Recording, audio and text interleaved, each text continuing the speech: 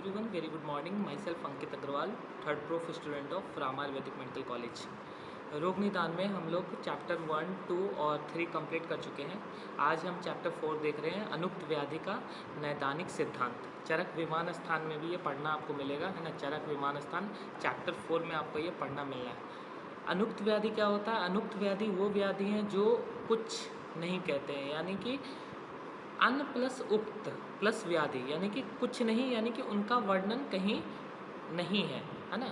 उन व्याधियों को हम लोग क्या कहते हैं? अनुक्त व्याधि कहते हैं। ठीक है, अनुक्त मतलब होता है वो उनका वर्णन कहीं भी नहीं है। देखिए क्या लिखा हुआ है, अर्थात जिस व्याधि के बारे में शास्त्रों में कुछ नहीं कहा गया है। कोई भी ऐसा शास्त्र, चरक संहिता हो, सुश्रुत संहिता हो, है ना, जो भी हारिस संहिता हो, कोई भी ऐसा शास्त्र जिसका वर्णन उसमें नहीं है, उसे हम लोग क्या कहते हैं? अनुक्त व्याधि कहते हैं। ठीक है, आचार्य चरक ने अनुक्त व्याधि का संदर्भ में सूत्र स्थान 18वां त्रिशोत्तीय अध्याय में बताया है।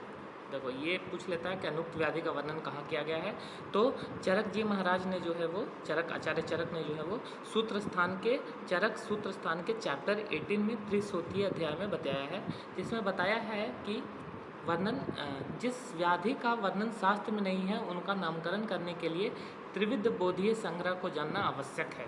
मतलब ऐसे जो व्याधियां हैं जो अनुक्त व्याधि के रूप में आते हैं और उनका वर्णन नहीं है संहिताओं में, तो उसको अगर आपको जानना है तो त्रिविध बोध संग्रह को आपको जानना होगा, मतलब पढ़ना होगा। ठीक है, क्योंकि यह त्रिविध बोध संग्रह रोग की प्रकृति, विकृति, लक्षण नामकरण करने में ही नहीं वरन व्याधि के सर्व संपूर्ण ज्ञान के लिए उपयोगी होता है। कहता है कि अगर आप त्रिविध बोधीय संग्रह का पढ़ेंगे तो उसमें आपको उस रोग का प्रकृति क्या है, विकृति क्या है, नामकरण कैसे हुआ, उसका वर्णन कहाँ मिला, सब कुछ उसके बारे में आपको पढ़ने को मिलेगा। ठीक है, उसके बाद रोग की प्रकृति, अधिष्ठान, समुत्थान विशेष को ठीक ठीक जानकर वैद्यों को चिकित्सा कार्य करना चाहिए। जो ज्ञानी वैद्य इन तीनों को ठीक ठीक जानकर ज्ञानपूर्वक यथा किसी भी रोग का चिकित्सा करता है वह मोह प्राप्त नहीं होता है।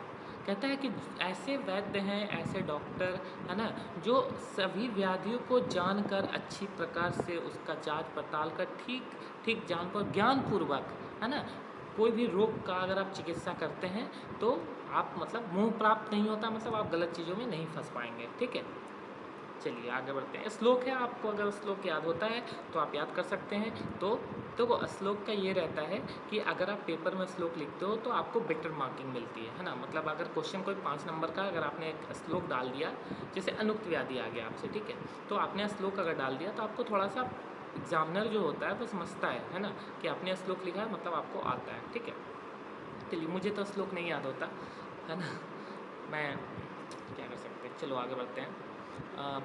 अनुक्त व्याधि का ज्ञान चरक विमान स्थान में बताया गया है, वर्णित है घटकों के द्वारा तथा चरक सूत्र स्थान में वर्णित त्रिविध बोध संग्रह के आधार पर किया गया है, जिसमें अनुक्त व्याधि को शास्त्र के अनुसार जानकर चिकित्सा निर्धारण किया जाना चाहिए। मतलब वैसा व्याधि के अगर पेशेंट आ गया आपके पास तो शास्त्र में जिस प्रकार से बताया गया है उस प्रकार से आप चिकित्सा कर सकते हैं।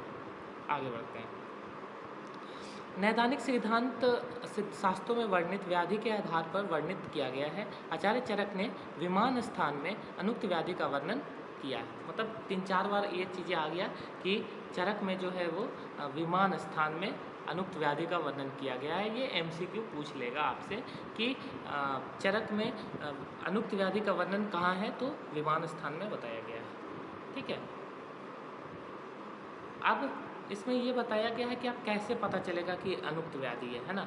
तो यहाँ पे दिया हुआ है कि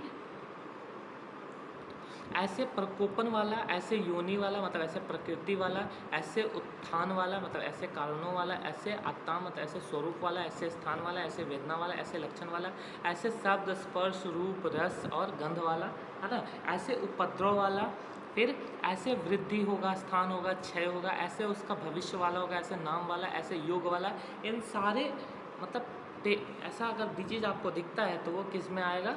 वो आएगा अनुक्त व्याधि में। ठीक, हैंडराइटिंग हमारी गंदी है, कोई बात नहीं है। इस रोग में इसे दूर करने के लिए इस प्रकार की चिकित्सा होगी तो इसे जानना चाहिए। ठीक है, चलिए, इसमें लिखा हुआ है कि प्रवृत्ति अथवा निवृत्तिता रूपम, इस रोग में यह विकृति इस प्रकार से सभी वाक्यों में उपदेश के अंतर्गत माने जाते हैं। इस प्रकार किसी भी व्याधि शास्त्रों में इन घटकों के द्वारा जानना होता है। अतः जो भी व्याधि शास्त्रों में वर्णित नहीं है, मतलब ऐसे जो व्याधियां हैं जो शास्त्र में वर्णित नहीं हैं, जिन्हों हम अनुक्त व्याधि के रूप में बोलते हैं, है ना, इन्हें भी घटकों के रूप में जानना चाहिए।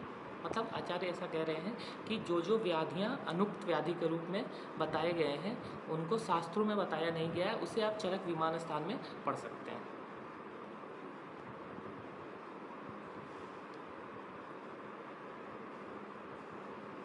तो ये चैप्टर हमारा जो है वो ख़त्म होता है ना। छोटा सा चैप्टर है, अनुक्त व्याधि आप चरक विमान स्थान में रेफर कर सकते हैं। चरक सूत्र स्थान 63 अध्याय में बताया गया है और विमान स्थान में भी बताया गया है अनुक्त व्याधि के लिए। ठीक है, तो अगर आपको कोई डाउट है तो आप कमेंट सेक्शन में ज़रूर मेंशन कीजिए, है ना। और अभी मतलब आप चैप्टर कंटिन्यू धीरे धीरे पढ़ेंगे तो आपको समझ में आएगा। ठीक है, thank you for watching videos. Let's subscribe doctor Agarwal health care. Thank you.